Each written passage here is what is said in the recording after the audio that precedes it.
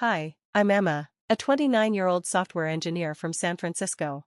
When I got home from work, I was shocked to find my bedroom door open. Instead of my neatly arranged room, there were boxes of baby clothes and a crib where my desk used to be. My younger brother Ryan, who had moved out after getting married, was nowhere to be seen.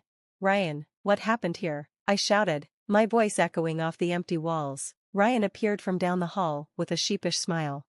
"Hey Emma, surprise. Jen and I needed space for the baby, and your room is the biggest," he said. I felt upset. "You moved out my things? This is my house too, you can't just take over my space," I said.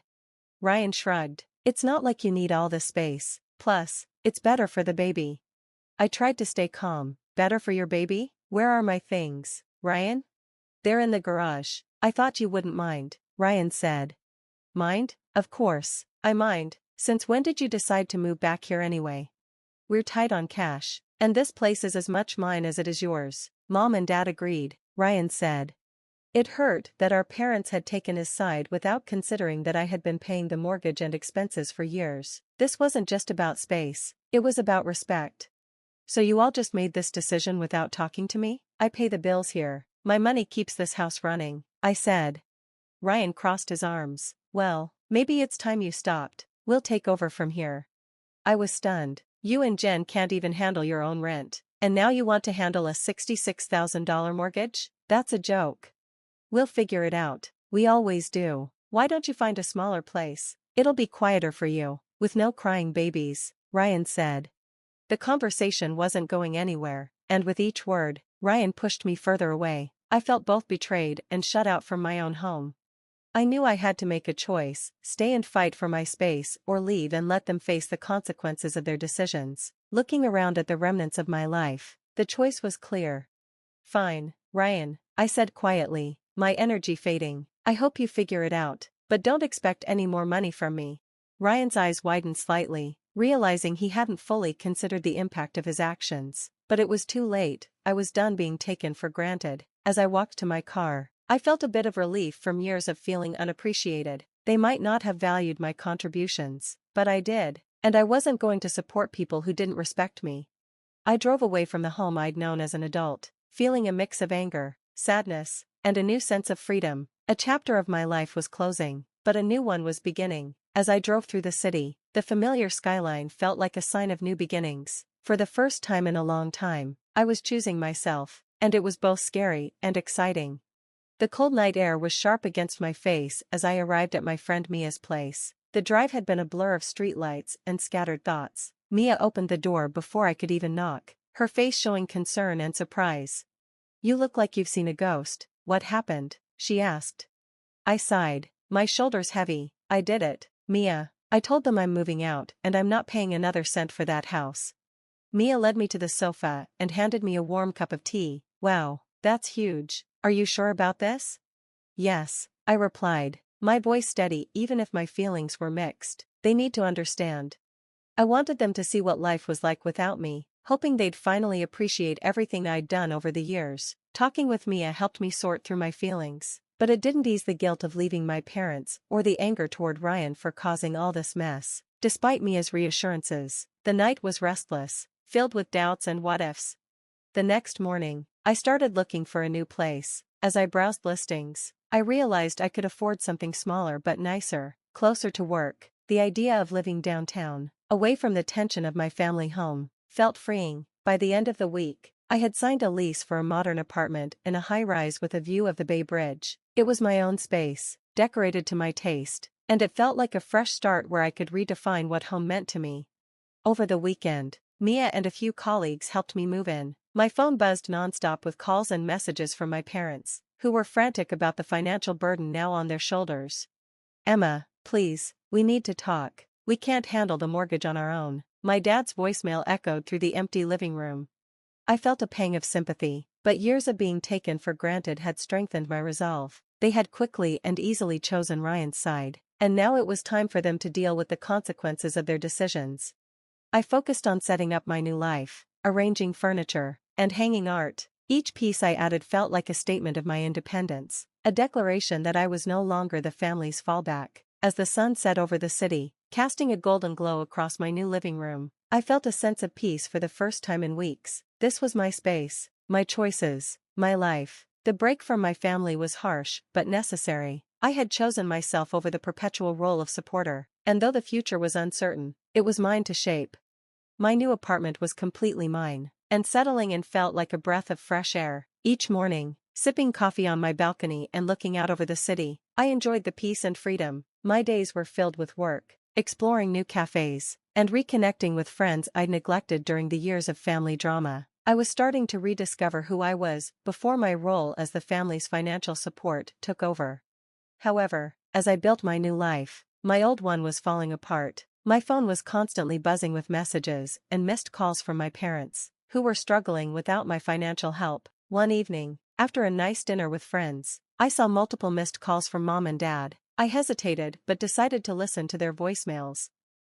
"Emma, it's Mom. We need to talk. The bank called today. They're talking about foreclosure if we can't make the next payment. We didn't realize how much we relied on your help. Please call us back." I sighed, feeling a deep sadness. It wasn't joy I felt, but sorrow for what could have been if they had valued me more. Going back wasn't an option. The next day, while at work, I got a text from Ryan that surprised me.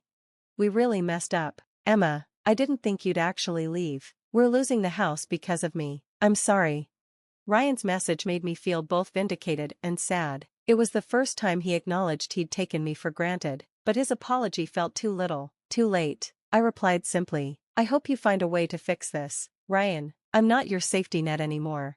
As weeks turned into months, my parents had to sell the house and move into a smaller, more affordable place. Ryan and Jen downsized too, moving into a modest apartment that stretched their budget. Through mutual friends, I heard about their struggles. Ryan took on extra work, and Jen started freelancing to make ends meet. They were learning the hard way about self-sufficiency and the cost of taking others for granted.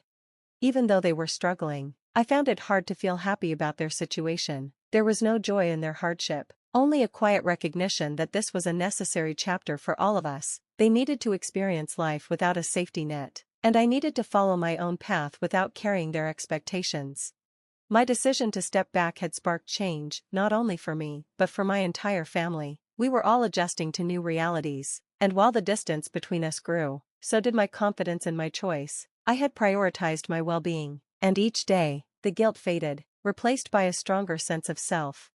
Living in my high-rise apartment with the cityscape before me, my life found a new rhythm filled with possibilities and personal achievements. The freedom to make my own choices, free from family expectations, was exhilarating. Each day, I immersed myself in work and passions, finding joy in things that once seemed out of reach. My freelancing career flourished with the extra hours I could now dedicate. I expanded my network, took on challenging projects, and saw my reputation as a skilled software engineer grow. This success brought financial stability and a sense of accomplishment that was entirely my own, untainted by family obligations or guilt.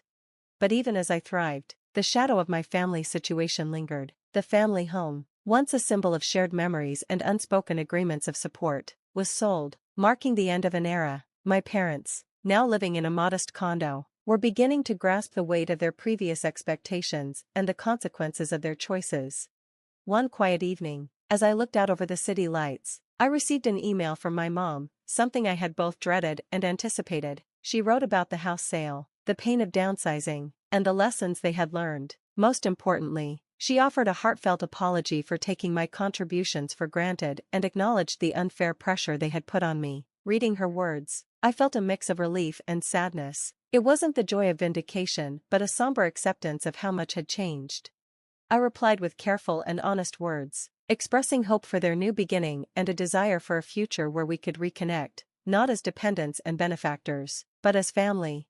As weeks passed, our communication, once tense, began to soften. We shared updates and small talk, rebuilding bridges that had seemed irreparably burned. Ryan also reached out with more thoughtful and mature messages. He shared news about his growing family and new job, showing he was trying to make amends through actions rather than words.